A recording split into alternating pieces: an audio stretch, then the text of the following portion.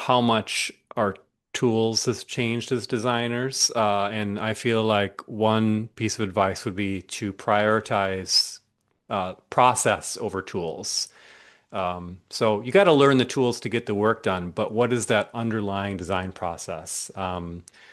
And so, getting that insight, understanding your user, testing, prototyping, the design process is important to just, I think it's important to really understand that fundamentally because the tools we use to get it done will change.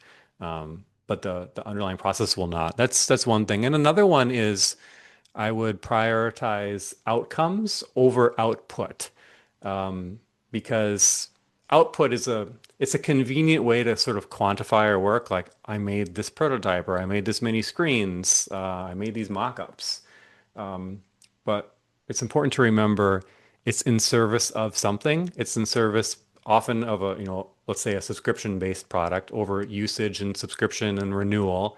And those are outcomes. And so if you're working at a company, that is the value you provide is to enable those outcomes, not necessarily output. And so if you can if you can come up with a real novel solution or improve the usability of your product or improve some metric within the product, and you could do that with just an idea or a simple sketch on a whiteboard, like that's what I like to look for is the outcome that I can influence and not necessarily the output.